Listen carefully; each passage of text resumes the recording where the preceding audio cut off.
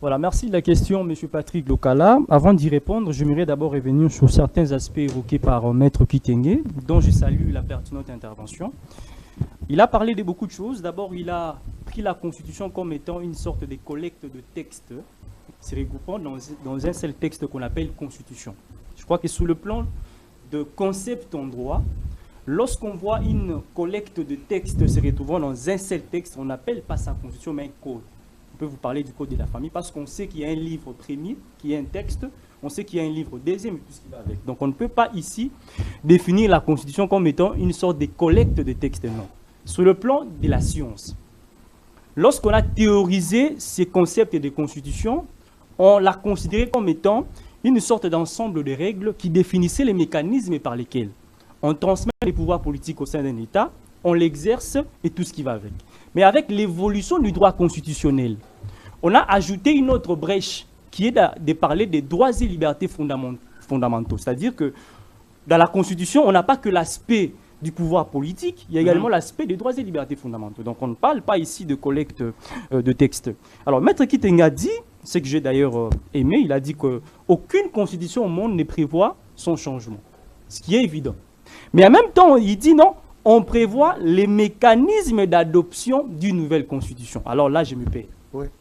C'est quoi d'abord les changements de la constitution? C'est d'abord de là qu'il faut partir. Le changement de la constitution, c'est quand? C'est lorsque le pouvoir constituant originaire intervient au sein d'un État, soit pour doter cet État d'une nouvelle constitution, ou soit pour ramener un arsenal juridique nouvel. C'est-à-dire qu'on est en face d'une révolution, par exemple.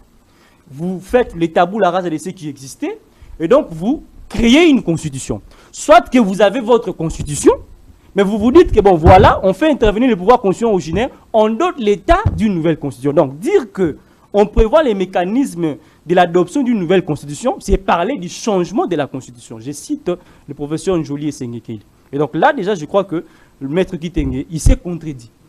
Autant qu'aucune constitution ne prévoit son changement, autant qu'aucune constitution ne prévoit les mécanismes de l'adoption d'une nouvelle constitution. Parce que c'est ça les changements de la constitution. Je crois qu'on ne doit pas se perdre au niveau du concept. Et lorsqu'il dit que non, toute modification est un changement. Nous sommes en droit constitutionnel, M. Patrick Lokala. Et votre émission est une émission pédagogique. En droit constitutionnel, il n'existe pas les termes modification de la Constitution. Il y a deux termes. Révision de la Constitution et changement de la Constitution. Et d'ailleurs, je peux aller plus loin. On parle du changement constitutionnel et du changement de la Constitution. Il y a des nuances qu'on donne. Lorsqu'on évoque la révision de la Constitution, déjà sur le plan technique, vous savez que c'est un pouvoir constituant dérivé qui intervient. Et lorsqu'on parle du changement de la Constitution, vous savez que c'est un pouvoir constituant originaire qui intervient. Je ne veux pas qu'on se perde. Je reviens sur l'article 5 évoqué par Maître Kitenge. Il dit non, quand on prévoit les mécanismes de l'adoption d'une nouvelle constitution, ici de l'article 5. Ça également, je crois qu'on est en train de se perdre. J'ai suivi une fois un débat, parce que nous sommes un candidat à l'école doctorale sur cette question. On a inventé une nouvelle théorie, parce qu'on parle de la science, la théorie du peuple du dedans et du dehors. Le peuple de l'article 5 est limité par la Constitution, parce que l'exercice de son pouvoir est cadré par la Constitution. Mais le peuple qui vient doter l'État d'une nouvelle constitution, c'est le peuple dit dehors. Lui n'est pas encadré par la Constitution. Cet article 5, là, lorsqu'il dit que le peuple exerce son pouvoir par référendum, par élection, une élection organisée sous le pied de la Constitution, un référendum organisé sous le pied de la même Constitution. Mais quand on va dire que non, on veut doter l'État d'une nouvelle constitution, c'est-à-dire le changement de la Constitution, le peuple qui intervient là n'est pas limité. Parce que le pouvoir de révision est limité parce qu'il est prévu dans la Constitution, mais le pouvoir du changement n'est pas dans la Constitution, c'est en dehors de la Constitution. Je ne veux pas qu'on se perde. Ça, c'est là où je comprends souvent les compatriotes de l'Union sacrée sont en train de tromper l'opinion. L'article 5 est le peuple du dedans. C'est un peuple limité, autant que le pouvoir constitutionnel dérivé est limité. Mais le peuple qui vient pour doter l'État d'une nouvelle constitution, lui n'est pas limité. On ne va pas dire par exemple que non, parce qu'il y a telle matière, vous ne pouvez pas la réviser. Non, le peuple du dehors, lui, vient et vous dit non, je veux une nouvelle constitution, on change tout. Il n'est pas limité. Très bien, ça vous l'avez dit. Voilà. Ouais. Je reviens encore sur un autre aspect. Il dit non, la question de la légitimité depuis 60 jusqu'à ce jour, parce que cette constitution est une constitution où les gens n'ont pas les gens qui l'ont élaboré n'avaient pas la légitimité. Je crois que avant d'aller là-bas, est-ce que la Constitution est-elle je vais arriver. Je ne veux pas qu'on puisse se perdre. Il faut d'abord qu'on enlève. D'accord. Enlevez d'abord et puis vous répondrez à ma question. Voilà, je reviens sur cet aspect-là. Il dit non, ceux qui ont élaboré cette constitution n'avaient pas la légitimité. Mais quels sont les modes d'élaboration d'une constitution? C'est là qu'il faut partir. D'abord, c'est qu'il dit. Quels sont les modes? Est-ce que ce qu'il a dit est faux? Je vais y arriver. Mais répondez quand même à la question. Mais mon raisonnement va répondre à votre question. Okay. En droit constitutionnel, il y a les modes autocratiques d'élaboration d'une constitution et il y a les modes démocratiques d'élaboration d'une constitution. Dans ces modes-là, soit que le peuple intervient pour élire une assemblée constituante, laquelle assemblée aura pour mission d'élaborer une constitution et revenir auprès du même peuple pour l'adopter par référendum, soit que le peuple intervient en aval juste pour avaliser la constitution. Et ces modes-là étaient un mode démocratique.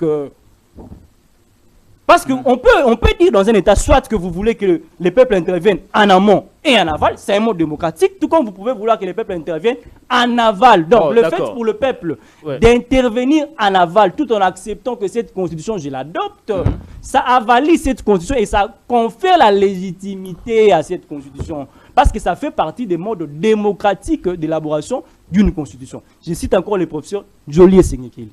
Ça donne la légitimité à la Constitution ou à ceux qui l'ont rédigée. Parce que ceux qui l'ont rédigée n'ont pas été ni élus par une assemblée constituante, quand vous parlez ni par le peuple. Ils se sont arrogés le pouvoir, soit par un coup de force, soit par une révolution. Monsieur Patrick Lokala, lorsque je viens vous ramener un travail, moi en tant que peuple, je l'adopte. Donc j'accepte ce que vous avez fait. En contrario, j'accepte également vous qui avez fait ce travail-là. Je peux accepter les jeunes maîtres qui à un niveau parce qu'on parle de la science. Ceux qui ont théorisé ces histoires-là ont bien dit.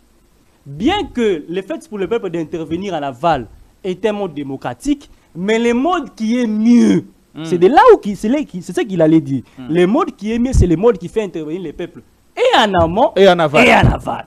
Okay. Mais dire que non, le fait pour le peuple d'intervenir en aval, n'est pas légitimer ce qu'ils l'ont fait, ce n'est pas, vu que Maître Guy fait un débat scientifique, ça ce n'est pas prouvable sur le plan scientifique. Alors, je reviens sur le débat que vous avez évoqué. Que j'ai soulevé, oui. Exactement. Est-ce que la constitution est changeable? Échangeable ou pas, je vous l'ai dit, disons, monsieur Patrick Lokala, que toutes les constitutions au monde sont exactement. C'est sous le plan de principe. Mais nous sommes en République démocratique du Congo. Nous sommes dans un contexte particulier. Les changements d'une constitution, je vais également ramener notre aspect, impliquent les changements du système politique d'un État, généralement. Parce qu'on veut tout refaire, tout changer. Lorsqu'on parle d'un système politique d'un État, ça fait entrer plusieurs données. Il y a ce qu'on appelle les régimes politiques, les systèmes des variables déterminantes, dans lesquels on trouve des données extrajudiciaires, c'est-à-dire les contextes politiques de l'État. Quel est le contexte dans lequel nous nous trouvons? Nous avons la crise sécuritaire à l'est du pays. Le chef de l'État est en train de se battre pour qu'on puisse mater la rébellion à l'Est. Est-ce que le contexte politique de notre pays nous donne le blanc-seing aujourd'hui de parler de cette question? Et s'il faut changer, pourquoi devions-nous changer? C'est d'ailleurs qu'il fallait partir. Vous avez posé la question à Maître Kitenge. Je n'ai suivi aucune raison. Lui n'a pas parlé principalement du changement, mais de la révision. Pas de problème, même si on parle de la révision. Ça, je l'accepte, c'est un débat légitime. Mais pourquoi devions-nous réviser? Parce que chaque réforme est implémenté sur base des raisons bien précises. Je veux changer pour telle raison. Mais depuis qu'on a commencé ce débat, je n'ai pas entendu, moi, une personne monter au créneau nous dire que non, cette constitution contient telle erreur. Et sur base de ça, nous devions implémenter un changement. Jusque-là, moi, je n'ai pas entendu.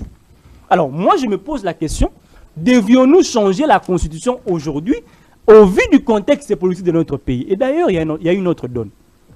Lorsque la gouvernance convainc, on ne change pas les règles du jeu. Mais par contre, on fait les bilans. Je le répète, lorsqu'une gouvernance convainc, on ne change pas les règles des jeux, mais on fait les bilans. Parce que ce sont les règles des jeux qui vous ont ramené au pouvoir.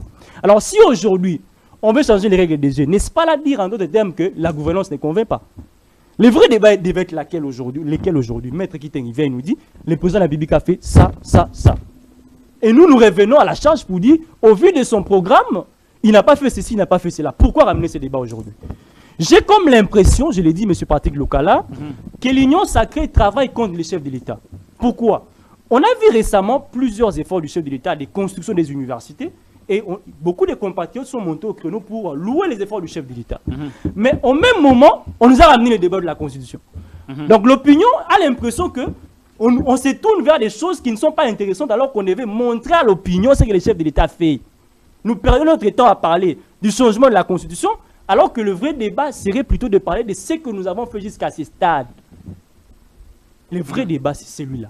Changer la Constitution est une chose, mais pour quelle fin également? La crise sécuritaire est à l'Est. On nous dit ici que non, le chef de l'État ne peut pas organiser des élections parce qu'à l'Est du pays, il y a des compatriotes qui ne peuvent pas voter. Ça va valiser une sorte du fait que ces gens-là sont dans une autre république. Mais en même temps, on vous dit que le chef de l'État doit, par exemple, réviser la Constitution ou la changer. Maintenant, quand on va faire les référendums, ces gens-là de l'Est vont voter comment? Parce que quand on parle de l'élection, on est qu'au débat. On fait les débats. On est à l'étape du débat. Exactement.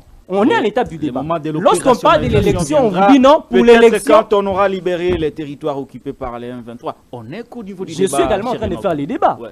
Quand on parle de l'élection, on vous dit qu'à l'Est du pays... N'allez pas aussi vite. Hein. Non, je ne pars pas vite. Je pose tout ce qu'on nous a ramené comme débat. Le débat est institutionnel aujourd'hui. Le débat est maintenant institutionnel parce qu'il y a des autorités du pays qui en parlent. On en a parlé aujourd'hui. C'est une autorité de notre pays. Non, le débat lorsque vous parlez de l'élection, ce sont des individus qui gèrent l'État qui parlent. Prenons même ces cas-là. Il sera institutionnel quand il sera amené au Parlement. Lorsqu'on parle de l'élection, quand il y aura un projet lorsqu'on parle de l'élection, ou une proposition de révision. Lorsqu'on parle de l'élection, on vous dit non à l'Est du pays, à l'agression. Lorsqu'on parle du changement, on ne parle pas de ça.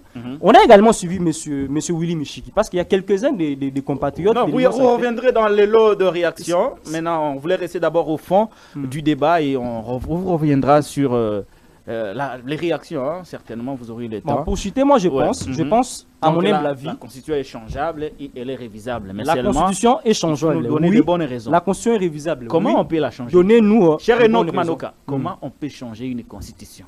Voilà. Il y a deux modes. Ouais. Si nous voulons assez qu'on puisse adopter les modes démocratiques, hein, en étant purement dans le meilleur mode, on va élire une assemblée constituante, c'est-à-dire le peuple élit une assemblée constituante qui aura pour mission d'élaborer une constitution et nous revenir pour qu'on puisse l'adopter par référendum. Soit que le chef de l'État peut lui-même nommer une commission qui réfléchit autour de cette question, qui fera office d'une assemblée constituante, qui nous reviendra avec une mouture d'une constitution et que le peuple aura pour mission soit de dire oui ou non. Donc ce serait à eux de voir ce que vous dites là procéder.